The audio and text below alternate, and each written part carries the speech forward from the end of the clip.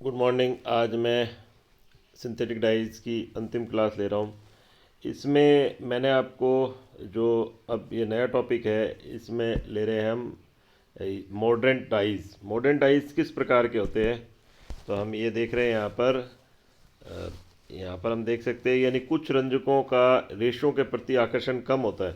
अतः जब उनको रेशों पर यूज़ करते हैं यानी जब हम उसको कपड़े पर यूज़ कर रहे होते हैं रंजक को, डाइस को जब हम रेशों पर यूज़ कर रहे होते हैं ये जब, तो उसका संवर्धन आवश्यक है यानी उसका मॉडरेशन आवश्यक है। अब मॉडरेशन के लिए क्या किया जाता है, हम क्या करते हैं उसको धातु आयन होते हैं, धातु आयन के सॉल्यूशन में उसको डुबो देते हैं। अब धातु आयन का एक पर्टिकुलर रंग होता है, ठीक है। अब हम कहते हैं धातु आयन का उपयोग लाने के बाद अब हम क्या करते हैं उसको जो रंजक है उसमें उस उपयोग में लाते हैं, रंजक के सॉल्यूशन में उसको डुबोते हैं। तो जिससे क्या होता है कि धातु आयन और जो रंजक होते हैं वो आपस में संयुक्त होकर उपसहसंयोजक बंध बना लेते हैं। यानी मेटल आयन के सॉल्यूशन में उसको डुबो दिया, मेटल आयन का सॉल्यूशन, और फिर उसको हमने किस में डुबो दिया, रंजक में डुबो दिया। तो अब यहाँ पर क्या करता है, रंजक जो होता है वो अब इस धातु आयन के साथ संयुक्त हो जाता है यानी कि कोऑर्डिनेशन कंपाउंड बना लेता है। तो एक तरह से रंजक जो है वो लिगेंड का काम करता है।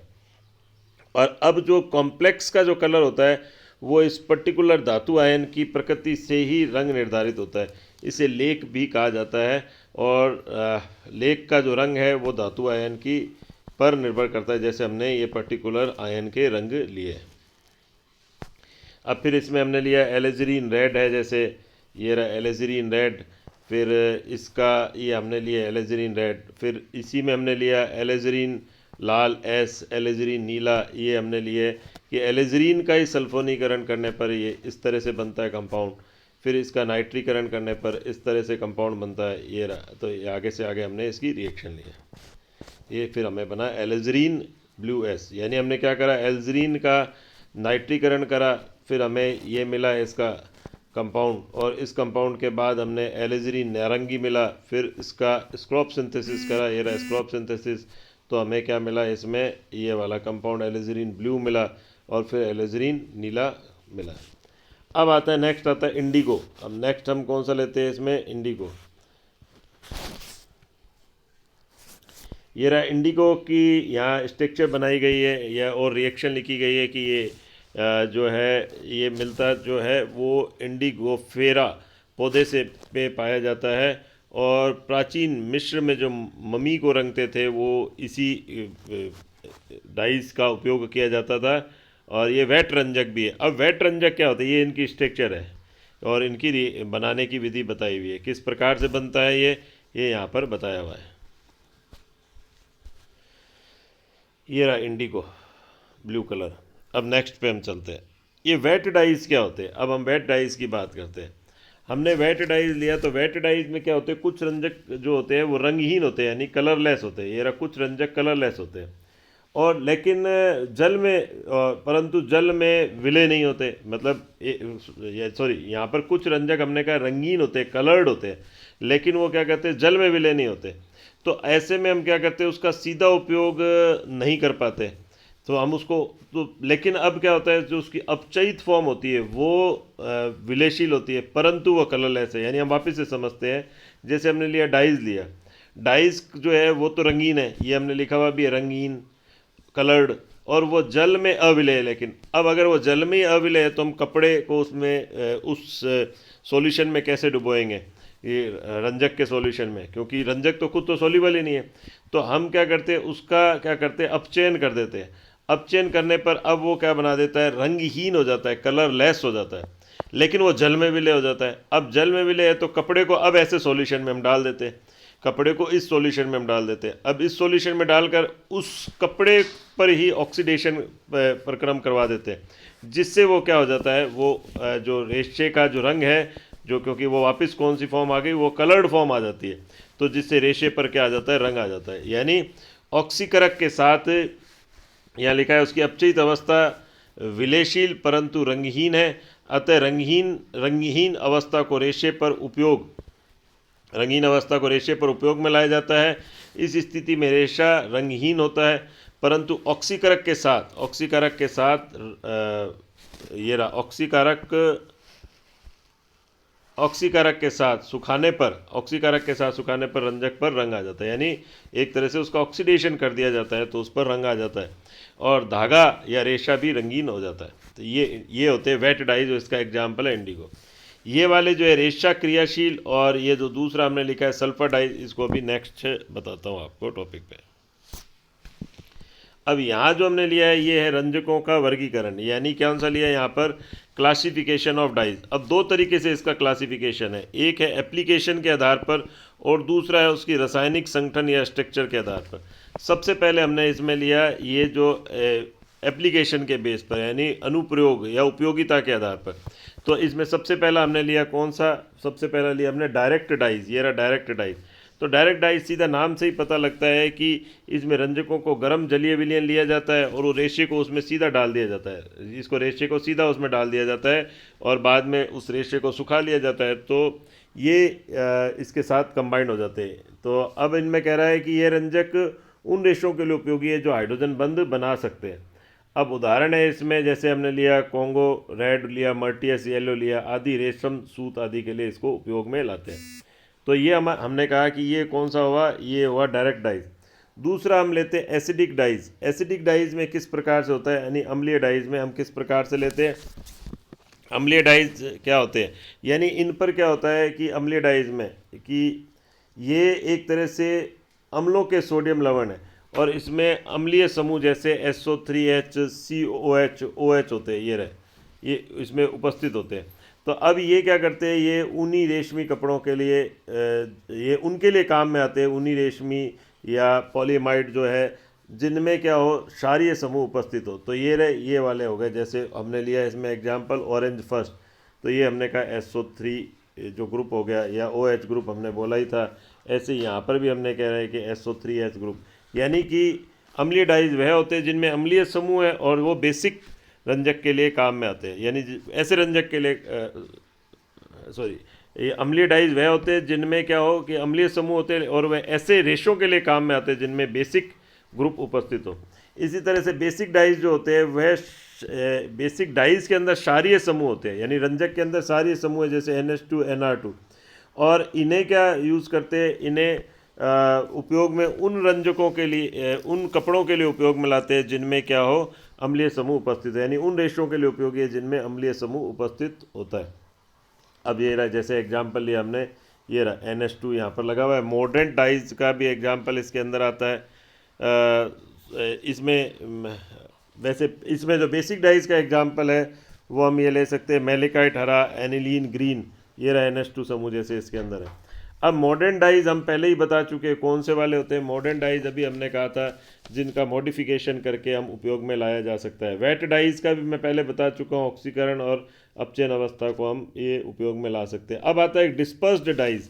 डिस्पर्स्ड डाइज का मतलब क्या होता है, प्रकीर्णन रंजक, यानी यहाँ पर क्या होता है कि रंजक के कणों का निलंबन बनाकर रेशों पर फैला दिया जाता है और कण रेशों पर विस्तृत हो जाते हैं, यानी कि हमने उसका एक निलंबन सा बना लिया, ये रहा उसका इमल्शन टाइप का बना लिया और उसको रेशों पर फैला देते हैं, मतलब फाइबर पर या कपड़े पर हम फैला देते हैं, और ये कण क्या होते हैं काफ़ी जो होते हैं रेशों पर विस्तृत हो जाते हैं, तो इसको हम डिस्पर्स कहते हैं। इनकी छोटे जो यहाँ लिखा हुआ भी है, छोटे कणों के लिए NH2OH समूह इन्हें निश्चित विलेयता प्रदान करते हैं। तो ये हमने इस तरह का एग्जाम्पल लिया, जैसे एंथ्राक्विनोन रंजक हमने लिया, प्रकीर्णन लाल 5 ये हमने लिया हुआ है, प्रकीर्णन लाइट 15 जो है वो भी इसका एक एग्जाम्पल है।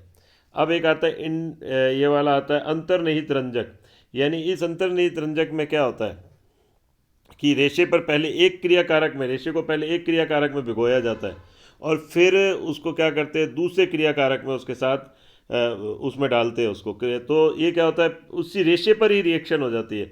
तो जैसे हमने कहा ये रेशा लिया हमने, उसको हमने फिनॉल में पहले डाला, फिनॉल में डाला तो फिनॉल व्युत्पन्न या फिनॉल ग्रुप उससे जुड़ गया, और अब फिनॉलिक ग्रुप जुड़ने के बाद अब हमने उसको क्या करा डाइजोनियम सॉल्ट से करवा दी, तो ये हमारे पास क्या बन गया एजोडाइज का निर्माण हो गया। ये रहा एजोडाइज का निर्माण हो गया, यानी रेशे को पहले एक क्रियाकारक में डुबोया फिर दूसरे क्रियाकारक में डुबोया, तो हमारे पास ये इस तरह से डाइज का निर्माण होगा। और इसका एग्जाम्पल भी हमने लिया हुआ है एजोडाइज, ये रहा एजोडाइज।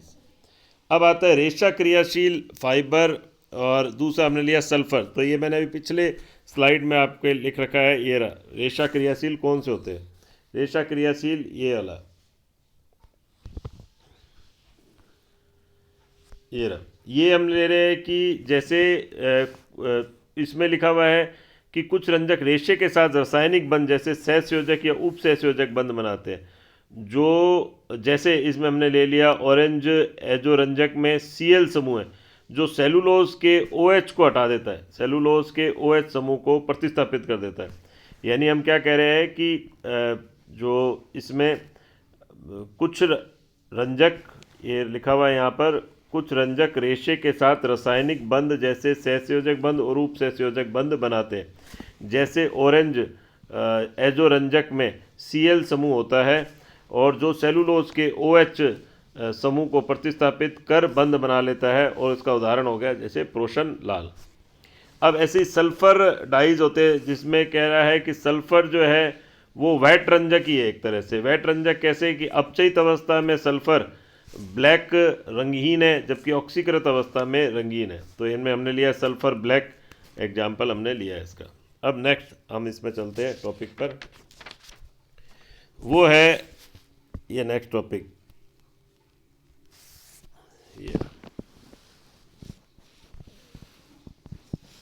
ये अब इसमें क्लासिफिकेशन जो लिया है वो संरचना के आधार पर लिया है। तो इसमें हमको संरचनाएं ध्यान रखनी पड़ेगी। जो जैसे हमने लिया पहला वाला, इसके अंदर लिया नाइट्रोसो रंजक, यानी जिसमें नाइट्रो ग्रुप हो, ये रहा नाइट्रो ग्रुप हो, या नाइट्रोसो ग्रुप हो। जैसे हमने आगे भी लिया है, ये नाइट्रोसो ग्रुप है, ये रहा यहाँ पर नाइट्रोसो ग्रुप। अब इसमें अलग अलग तरह के होते हैं। जैसे हमने इसमें पहला लिया ये वाला, जैसे हमने लिया पिक्रिक एसिड है, पिक्रिक अम्ल 2,4,6 ट्राई नाइट्रोफिनॉल हमने ये ले लिया।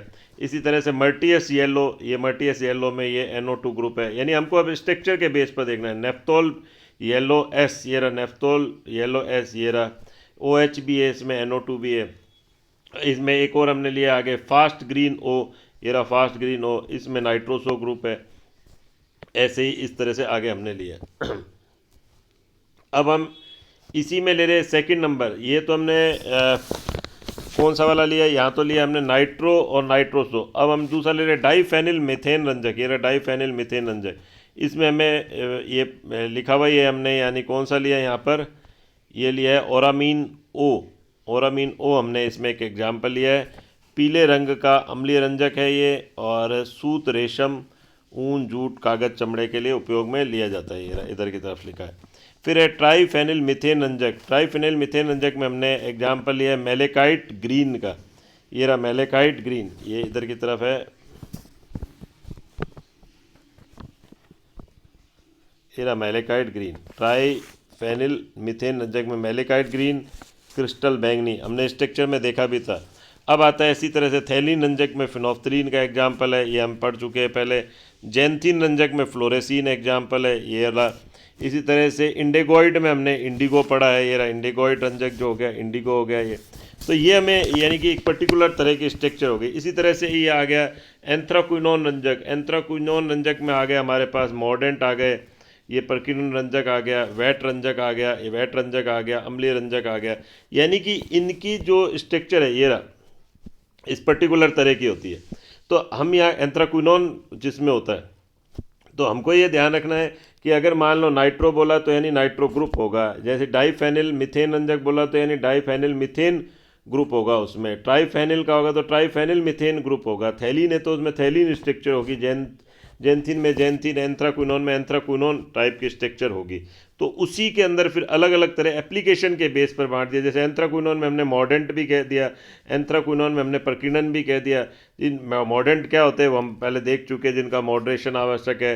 परकिनन में भी हमने कहा था डिस्पर्स करते हैं, यानी उसका निलंबन बना के। वैट में हमने कहा था जो उसकी ऑक्सीडेशन और रिडक्शन फॉर्म हमने ली थी। वैट में हमने क्या कहा था, इसमें ऑक्सीडेशन और रिडक्शन फॉर्म वाला जो हमने लिया था वैट वाला। अम्लीय में हमने कहा था कि अम्लीय ग्रुप होते हैं और जिसमें अम्लीय ग्रुप होते हैं जो क्षारीय के लिए काम में आते हैं, जिसमें यानी कि ऐसे रेशों के लिए काम आते हैं जो जिनमें कि क्षारीय ग्रुप उपस्थित होते हैं। इस तरह से हम इसको ले सकते हैं। अब इसी तरह से नेक्स्ट जो हमने लिया है वो जो क्लासिफिकेशन में हमने लिया 9वां नंबर जो है वो है विषम चक्रीय। विषम चक्रीय ये आ गया इसके अंदर, ये रहा विषम चक्रीय। विषम चक्रीय में क्या होगा, अब इसको 3 भाग बांटे हैं इसके। एक तो लिया है ये रहा इधर की तरफ एक्रिडीन वर्ग हो गया, एक साइनिन वर्ग हो गया और एक एजीन रंजक हो गया। तो अब इसमें हमें स्ट्रक्चर याद रखनी पड़ेगी, सब में स्ट्रक्चर इस तरह से याद रखनी पड़ेगी। अब इसी तरह से यहाँ पर हमने नेक्स्ट लिया है इसमें थैलोसाइनिन रंजक। तो यहाँ पर भी थैलोसाइनिन रंजक में भी हमने ये लिया हुआ है, यहाँ पर थैलोसाइनिन जो ग्रुप लिया है ये रहा थैलोसाइनिन, ये रहा। इसमें ये पर्टिकुलर एग्जाम्पल लिया है, यहाँ लिया है मोनोस्ट्रल फास्ट ब्लू एस। और लास्ट अब नेक्स्ट इसमें ले रहे हैं, इसमें वो है ये इस तरह का क्लासिफिकेशन है, वो है इसमें लास्ट यानी 10वें नंबर पर वो हमने लिया एजोरंजक। अब एजोरंजक में हमने यहाँ पर उसको एजोरंजक में हमने कहा यानी एजो ग्रुप उसके अंदर होगा, और एजो ग्रुप में हमने यहाँ पर उसको ले रखा जैसे अम्लीय, जैसे पहले सबसे पहले हमने उसकी रिएक्शन बताई है कि एलिफेटिक या एरोमेटिक एमीन ली है उसका, क्योंकि एलिफेटिक तो एजोनियम सॉल्ट स्टेबल उसका नहीं होता, तो एजोनियम सॉल्ट बनाया एरोमेटिक ने, फिर उसकी हमने रिएक्शन करवा दी इस पर्टिकुलर एरोमेटिक यौगिक के साथ, और फिर ये एजोरंजक का निर्माण हुआ। अब इसको हमने मोनो एजोरंजक ये इस तरह से बताया, मोनो एजोरंजक। अब मोनो एजोरंजक में भी हमने फिर 5 तरीके से लिए, अम्लीय, क्षारीय, प्रकीर्णन एजोरंजक, रेशा क्रियाशील एजोरंजक और अंतर्निहित एजोरंजक। तो अब इसमें क्या अम्लीय में क्या हो गया कि यानी अम्लीय ग्रुप भी हो गया और साथ ही क्या हो गया एजो ग्रुप भी हो गया। इस तरह से हमने उसको बांटा है, मोनो एजो यानी एक ही एजो ग्रुप होगा। क्षारीय ग्रुप कौन सा होगा, ये वाला भी हो गया और एजो ग्रुप भी हो गया। इसी तरह से प्रकीर्णन में हमने लिया सुडान फर्स्ट का एग्जाम्पल, तो एजो ग्रुप हो गई और प्रकीर्णन उसके एप्लीकेशन के बेस पर आ गया। फाइबर रिएक्टिव वाले में भी जो हो गया एजो ग्रुप तो हो गई, लेकिन वो उसके एप्लीकेशन के बेस पर आ गया इस तरह से। अब इसी तरह से बिस एजोरंजक भी ले सकते हैं, इसमें 2 एजो ग्रुप होंगे, तो ये भी ये रहा एक ग्रुप एजो, ये दूसरा एजो ग्रुप, ऐसे ही यहाँ पर ये एक एजो ग्रुप, ये दूसरा एजो ग्रुप, ये इस तरह से लिया। तो आज के लिए हम इतना ही लेंगे और थैंक यू।